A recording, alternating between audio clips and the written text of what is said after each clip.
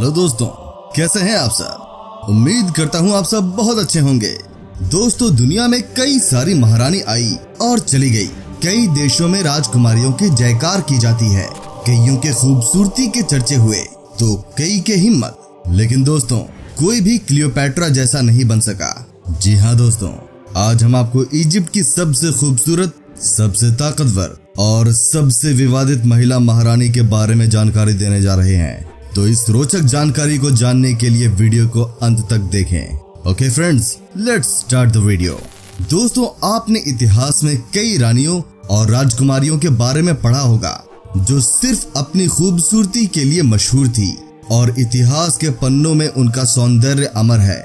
आज हम आपको एक ऐसी ही राजकुमारी के बारे में बताने जा रहे हैं जो विश्व की सबसे खूबसूरत राजकुमारी के नाम से जानी जाती है। दोस्तों, मिस्र की राजकुमारी क्लियोपैट्रा को सुंदरता की देवी भी कहा जाता था।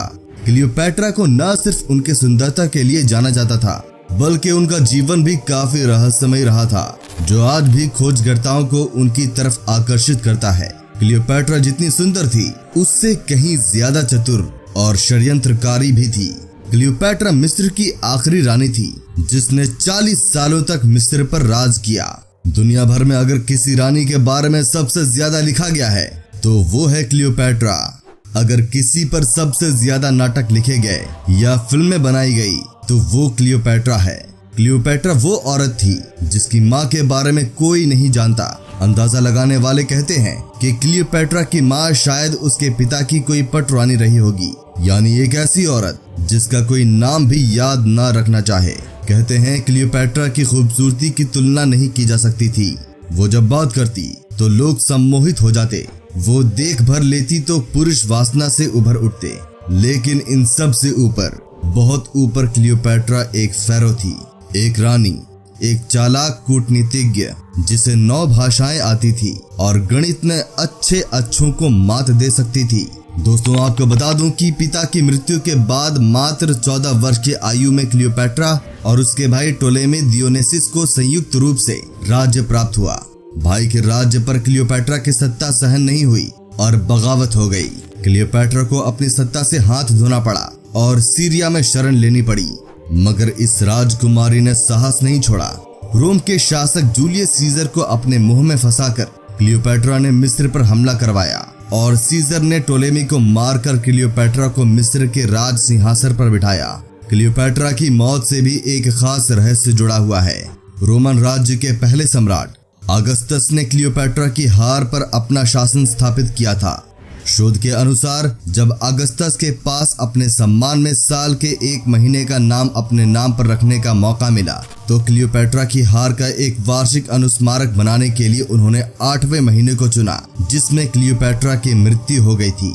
अगस्तस क्लियोपैट्रा को रोम में एक बंदी के रूप में रखने वाले थे, लेकिन उसे रोकने के लिए क्लियोपैट्रा ने खुद को मार डाला।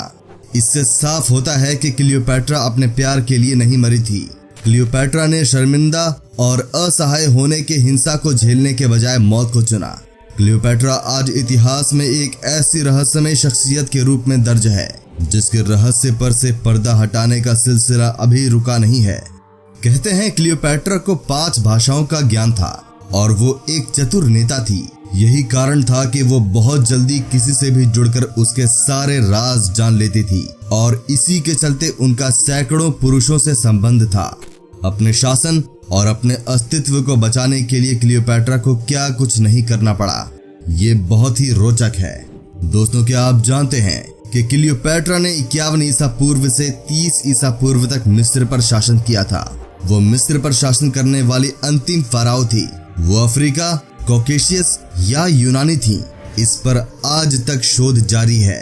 कहते हैं जब क्लियोपैट्रा 17 वर्ष की थी तभी उनके पिता की मृत्यु हो गई।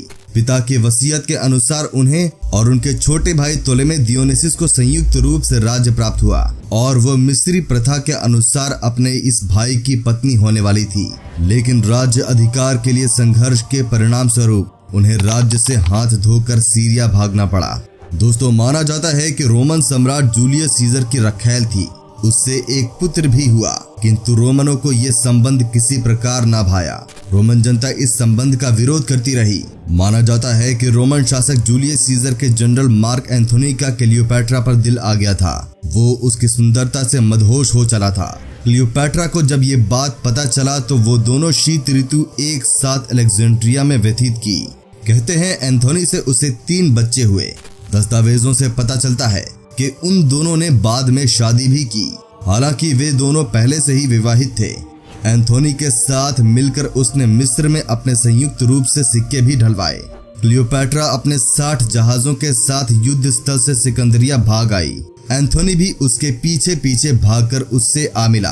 बाद में ऑक्टेवियन के कहने पर क्लियोपैट्रा ने एंथोनी को धोखा दिया। ऑक्टेवियन के कहने पर वो एंथोनी की हत्या करने के लिए तैयार हो गई।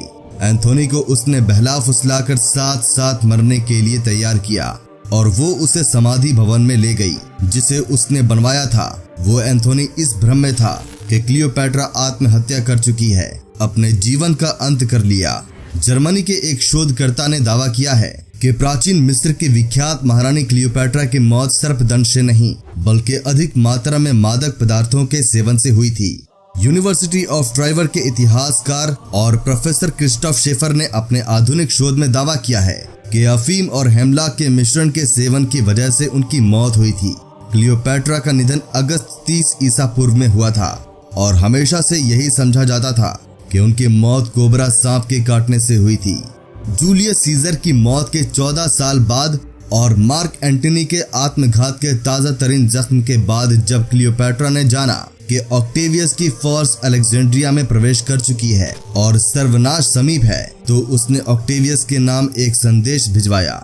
मैं मार्क एंटनी के साथ ही अपनी आखिरी नींद सोना चाहूंगी। संदेश मिलते ही ऑक्टेवियस के सैनिक दौड़े, लेकिन तब तक देरी हो चुकी थी। अगस्त 30 ईसा पूर्व क्लियोपैट्रा ने दूध से स्नान किया, सोने के आभूषण पहने और एक ऐसा सांप जिसे इजिप्शियन कोबरा भी कहते हैं उसे पोर्टिका से निकाला और उसके साथ खेलते हुए अपने निर्वसन देह पर अपने विष दंत गड़ाने दिए। जब तक रोमन सैनिक पहुंचे तब तक क्लियोपैट्रा की मौत हो चुकी थी। उसकी अनुचारिका कैर्मियोन से पूछा जाता है कि क्या ये सम्राज्ञी ने स्वयं किया, जिस पर वो जवाब देती हैं बिल्कुल, और उन्होंने ये बहुत अच्छे से किया। ये कहकर कैर्मियोन गिर पड़ती हैं। उसने और उसकी साथी एराइश ने भी विषपान कर लिया था। दोस्तों, इसमें कितनी सच्चाई है ये किसी को भी नहीं पता, लेकिन इतिहासकारों का कहना है कि क्लियोपैट्रा बहुत ही रहस्यमयी महारानी थी। तो दोस्तों, ये थे क्लियोपैट्रा महारानी से जुड़े कुछ बेहद ही दिलचस्प फैक्ट्स। उम्मीद करता हूँ कि आपको हमारा ये एपिसोड पसंद आया होगा। साथ ही दोस्तों, अगर आपको इस वीडियो पर कोई राय देनी है तो आप हमें कमेंट करके अपना फीडबैक दे सकते हैं। दोस्तों, अगर आप हमारे चैनल पर नए हैं तो प्लीज चैनल को सब्सक्राइब जरूर कीजिएगा, क्योंकि हम आपके लिए रोज इस तरह के वीडियो बनाते रहते हैं। तो दोस्तों, अपना ख्याल रखिएगा।